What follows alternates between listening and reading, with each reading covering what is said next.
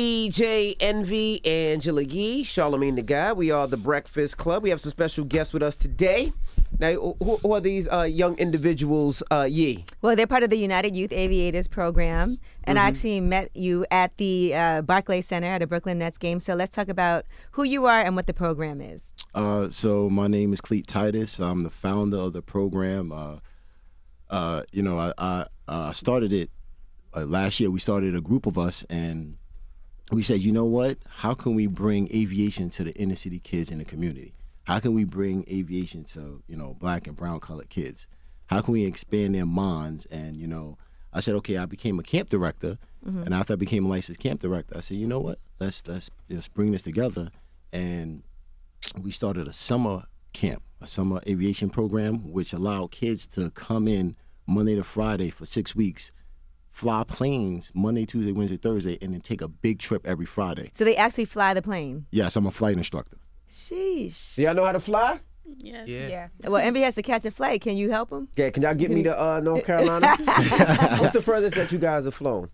Oh, I'm new. We new. So we flew one time. How was it the first time?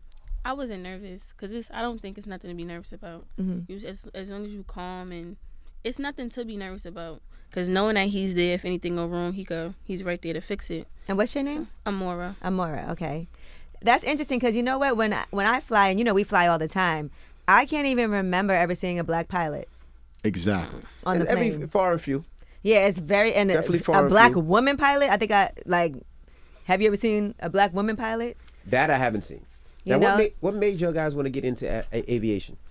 When I was younger, I thought about it from time to time, but the program was something brought to me from my principal, and being that I thought of it as a kid, it was like something that could expand my love for it, and maybe I'll think about being the airlines when I get older.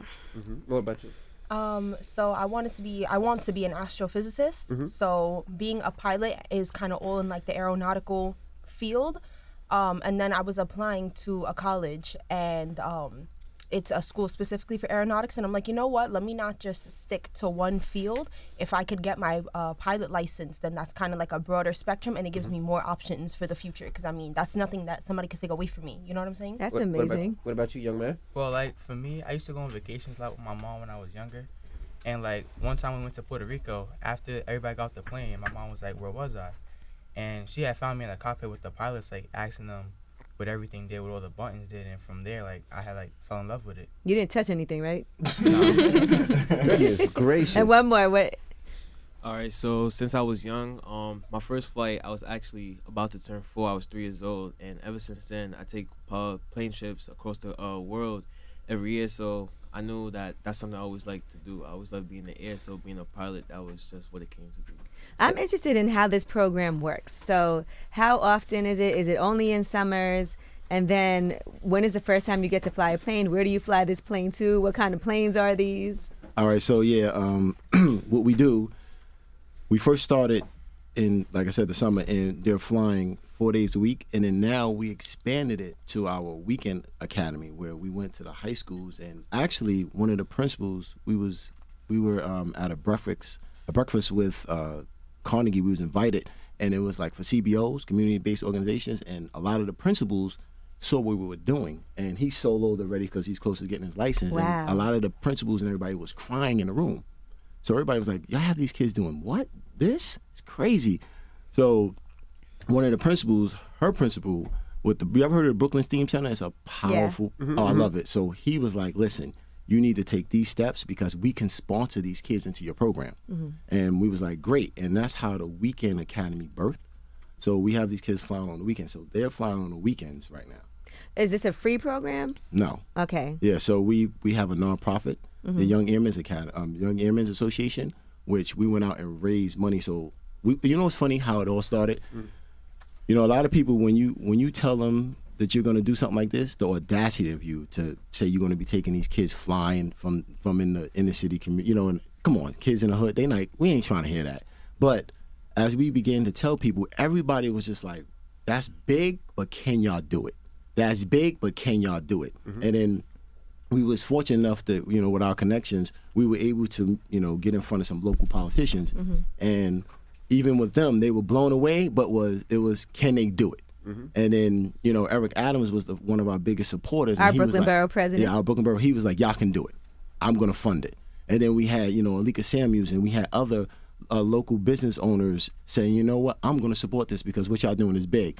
And you think about that, and we ran a scale. We was running on nothing. The little bit of money we got, we started with the 9 in the summer, and just from there we was on New York 1, In Focus. We was on Channel 12, 11, 5, 2, and we was getting all this publicity in such a short period of time because look what we're doing. Right. And now, that led us to the Brooklyn Nets found us and was like, we want to feature y'all. They put us on a Megatron, and now we here at the Breakfast Club, like we're just a skeleton of just a little bit, a fraction of what we could have done. So we out there raising money through our nonprofit to continue these kids, and we got a waiting list of over 80 kids throughout the city. Now, that's a question. Crazy. So how do you get the planes? Do you rent the planes? Do you own a plane? So what we're doing right now is we rent the planes right now, but as we acquire. And what type of plane is it? Is it propeller? Is it jet? No, we ain't flying jets. No jets. So it's they're Cessnas, and 172 G1000s. That's what we fly. That's what the kids fly. As we get bigger, we're gonna buy our own plane, and we can bring the cost down. So economy of scales will kick in. But the whole thing is right now is we gotta rent. So if you fly a Cessna, is it the same? Like it's kind of like if you drive a Toyota, you can drive a Rolls Royce. Is it that type of thing? Or if you drive a stick shift, you can drive a 18-wheeler. The mechanics of it. Well, you kind of understand the basics of aviation and aerodynamics, but I have a commercial license. I'm a flight instructor. I'm licensed to fly single engine, multi-engine, but just because I fly a Cessna, it's a single engine. If I want to get into another plane that's a single engine, I have to get checked out. So they're very strict in aviation. They don't play no games. So you can't fly commercial airline. You know what I'm saying? You can't get on Delta right now and fly. He can, as much as he on the simulators, but not. But not. If it was an emergency situation, yeah, I could put the plane down. Because it's the same principles. They just got to tell me what's going on, what's the speeds and stuff like that. Now I wanted to be a pilot like for a short period of time.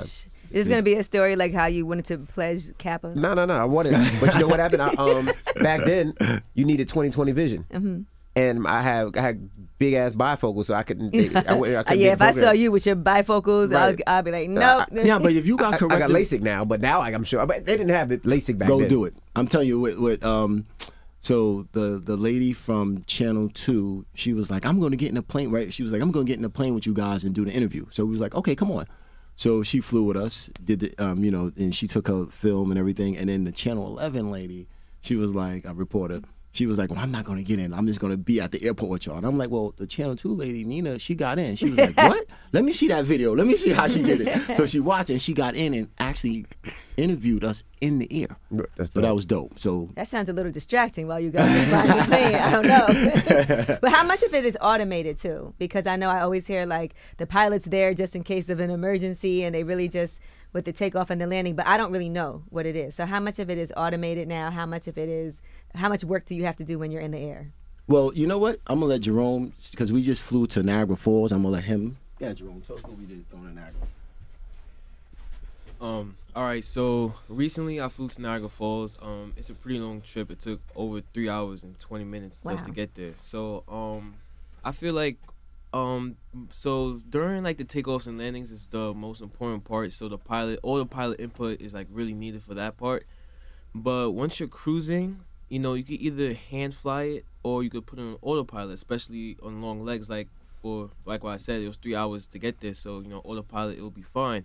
But you still always have to be like on alert, because you never know if the autopilot can start working or air traffic control has to tell you to divert somewhere else. So you can't like play video games or you're texting. You have to pay attention. Really. Not really. So what's the plan for you next now that you are so far along?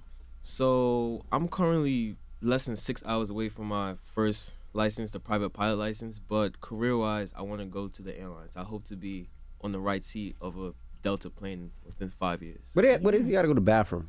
3 hour flight. They let you go to the Mm-hmm. bathroom because you have another person in there. No, you have another person in there. A co-pilot. All right, so in the plane that we fly, the Cessna 172, there is no bathroom. So you must use the bathroom before you get on the you can wear a diaper. Right, there you go. Got you, or you have like like back in the little day, cup. you have a car, your little cup, pee in a little That's cup. disgusting. You never did that before? Oh, I guess No, you I couldn't. can't pee. I'm sorry, I don't know. Well, how can people find out more about And this one last thing I program? want to say, just as far as statistics, though, that only about 92% of America's pilots are white and 91% are men. So that's why a program like this is really important. I love to see our young brothers and sisters getting involved in this, and women. That's a big deal. I love to see you guys That's here and doing this amazing work. And so, How much do pilots make? I'm just curious. I mean, so they can get up there. I mean, on average, you starting out, you can start out with 80,000, 90, and then you can get up into 200,000-300,000. I look to hire one of you guys for my private jet. Or maybe you could learn to fly it yourself. Nah, B. Nah, don't. I'm trying to relax. I'll be Come on, bro. Don't be and afraid. people definitely fall asleep flying the plane. Where I'll be knocked the hell out. Like, hey, babe! Nah, but hopefully I look to hire one of you guys in my private jet. I don't have a private jet, but I'm just throwing it out there. Just Put it in the atmosphere. You want to hear something cool? Amora, I'm gonna share it. Her first time ever being on a plane, she flew it. Wow. Really? Think about that. That's Wow. amazing. Yeah. Congratulations. Like, you don't understand. This is such a huge deal. And it is something that I noticed. Like I said, I look on the plane, like I always look to see who the pilot is. Absolutely. And most of the times it's a white man. Y'all ever spun the plane around like that? Like the Don't give movies? So all right, so listen, when you See, get he your- asked, so he got- here we go. So when you get the rating I have to teach other people to the CFR, you have to take and put the plane in a spin and recover. So you got to put it down in a spin and recover. So that's kind of a cool maneuver. Yeah. But he like, nah, I ain't messing Give them the with it. information. I didn't get in contact with you if they need to. And you know what else is interesting? Our youngest aviator was 11 and a half. Wow, I didn't know you could even do that at such a young age. Yup, you can fly. I mean, so you can get your pilot license at what age? 16. No, you solo at what? Oh, yeah, 17. So you solo and you can get your pilot license at 17. So Jerome is 17. He'll have his pilot license before his driver's license. Wow. Damn. I mean, think about that. And so, but you can start. What's the youngest that you can start training? 3. Any age. There's no age. FAA has no age. But I mean, you're not gonna put a. Yeah. You know what I'm saying? But I mean, we start with kids that's like 12. We start teaching them there and they in the air learning and logging flight hours. Wow. That's Crazy. great. This might be something that people never even considered before. I hope so. But now this is something that you can say, you know what, this is a great program. So how can people donate? All right, so I mean, it's y'all can go to the we have hold on, let me get mine. You guys can go to the Young Airmen's Association. We have a website, United Youth Aviators. You just click scholarship tab. You can go through PayPal, donate through our tab. You can even go to our hashtag, the cash tag, United Youth, Young Airmen's, MANS. I mean, so many ways. And you know what? I know you guys have a lot of listeners, and people will think, well, do I have to donate thousands? No, you can donate $2, $3, $4, $5. It all adds up. And I always tell people, follow us, and when you follow us, that's big because you can see where your $4 or $5 went. You can see how we're taking up 12, 13-year-olds flying, going. And you ask us where we've been. I mean, we go everywhere. I mean, I go out to the Audacity, right? We go to the Hamptons. We pull up kids like black and brown, like y'all say, and we pull up and they go, whoa, what? Like, yeah, we here. What's up? How you doing? Where the bathroom at? Yo, what's up? Where the bathroom Where at? that? Because they was on. Where the food at, bro? You know what I'm Where saying? that lobster shrimp at? That's I know what's. y'all eating You know that. what I'm saying? That's what's up. But so and I really like that because when we take them to FBOs, some of these kids don't even know what an FBO I was even gonna ask means. you right now. A fixed base operation. So when you land, there's always the private section of every airport. So we always land there, and you see, a lot of celebrities and stuff. They go through that side, and so do we. So our kids, we always go there. We land there. We go everywhere. Like I said, Jerome and I just went to Niagara Falls. I was like, come on, let's do a lesson out there. He never even been to Niagara Falls. Me neither. That's so dope. And how can people be in the program also? So if the waiting list is huge, but as we know, we'll get more funding. We know people are going to support more local politicians, business owners, and once we get that, I don't want a waiting list. I want kids flying everywhere. Right. That's my goal. I want them going up. You know what I'm saying? Every day, as much as they can. But you go to our website, UnitedYouthAviators.com, and you can just go right onto the site and just put your name in, put your kid in, and that's what we're doing. All right. Well, thank you for joining us. That's what's up. It's the UYA. It's